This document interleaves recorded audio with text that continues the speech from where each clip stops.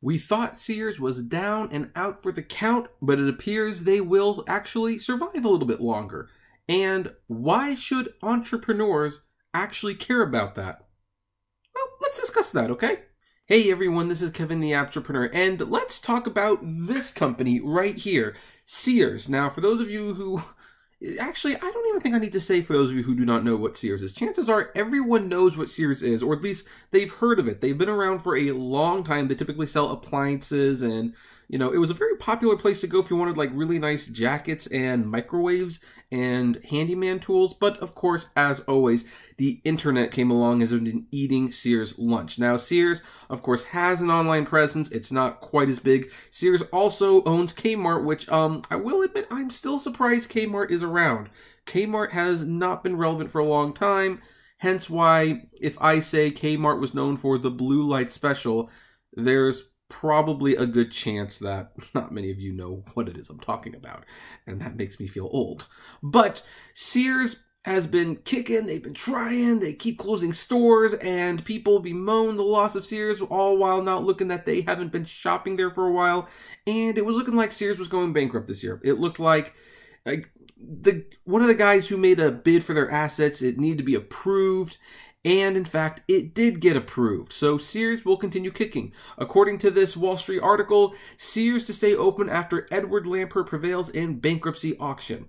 Late Tuesday night, billionaire Edward Lampert's bid to keep Sears Holding Corp alive was all but dead. A few hours later, the hedge fund manager walked away with what he wanted: continued control of the retailer he ran into bankruptcy court. You gotta love a sentence like that. You really do. By kicking in an extra $150 million at the last minute, the Sears chairman's $5.3 billion offer trumped a plan by some creditors to liquidate the unprofitable company and close all of its remaining stores, said people familiar with the matter. Unhappy with the outcome, those creditors could still mount a legal challenge. So this is not exactly over, and we might end up still be talking about this. I know a lot of you are going like, yeah, Apptrepreneur, why are we talking about Sears? You know, this is a channel about, you know, entrepreneurship or the gig economy, or heck, you've even been expanding into apps. But what does Sears have to do with any of this? Don't worry, I'm getting to that.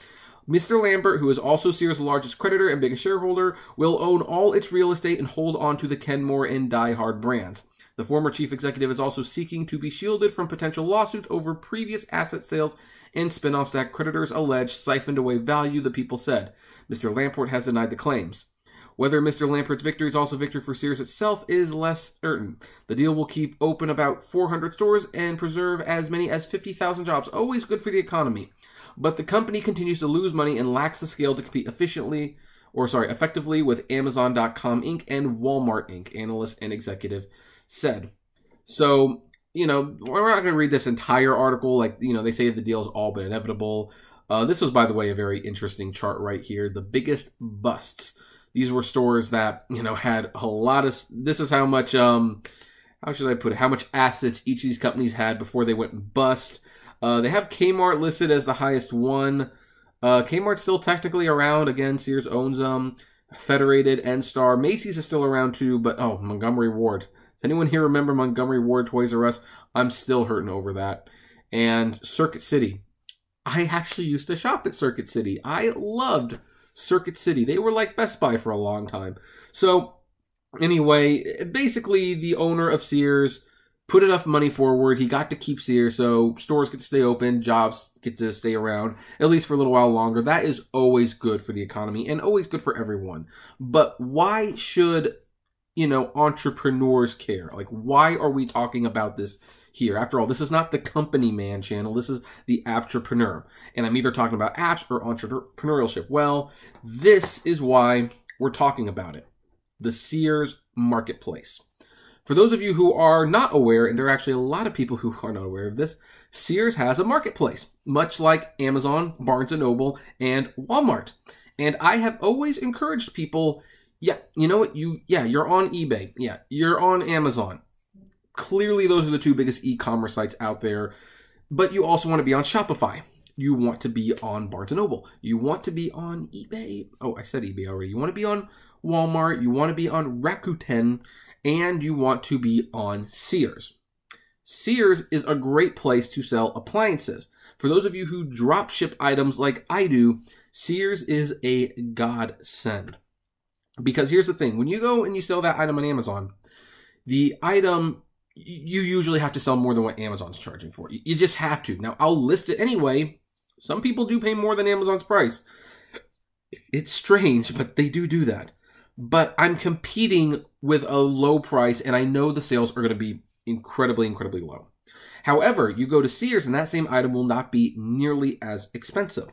And you will have a much better chance at making money on Sears with that item. Now, do I make a lot of money on the Sears Marketplace every year? No.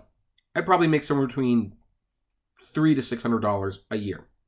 That's ultimately, it's not a lot, but it's also not insignificant.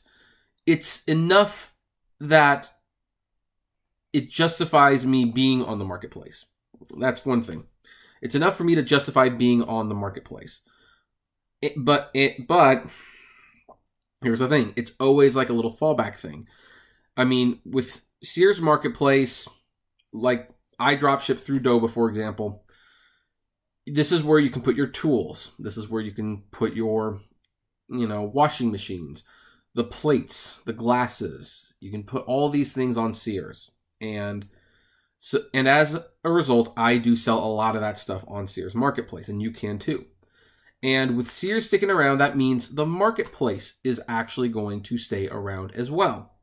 And that is a bonus thing. Here's what some people don't understand. I know that people say all the time, like, oh, this company is dead in the water. Like, nobody goes there anymore. Why are you even fighting to keep it alive? And well, first of all, I want to say part of the reason to keep it around, it's right here.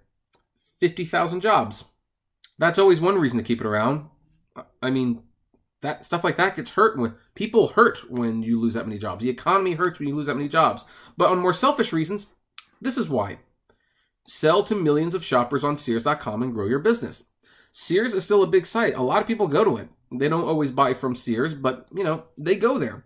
So the fact that there is still another option available to people who want to sell on e-commerce, who wants to deal with e-commerce, Sears is another free thing you can do to get on. I don't even know if a lot of people realize that this is there.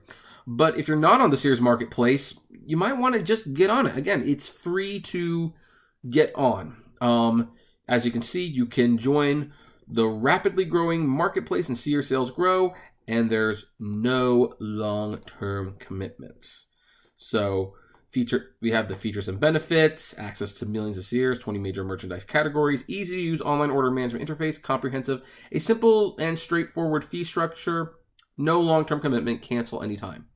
This, I think, is good news for entrepreneurs, because the big thing that I always get concerned about whenever I make videos like this is the consolidation of marketplaces. I know a lot of consumers and a lot of the generation today would love if there were only a few companies.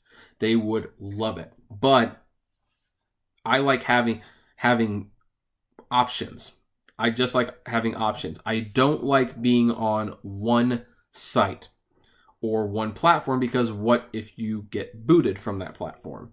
And I have been booted from Amazon a few times. So it's always been nice to have all these other sites to fall back on.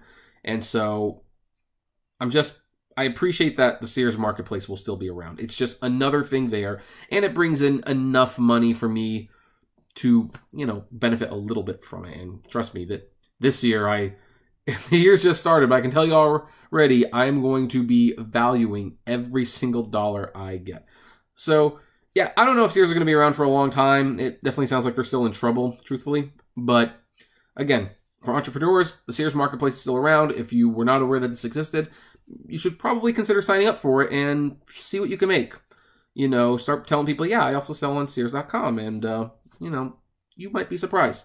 But anyway, that's where we're going to end this one. So what do you folks think? Do you think Sears is going to last? Are any of you on the Sears Marketplace? Do you consider this a good thing? I would love to know. So comment below. Like, favorite, share, subscribe. If you enjoy my videos, consider becoming a Patreon member. It's totally optional, of course, but even as little as $1 a month goes a long way to helping the channel run smoothly.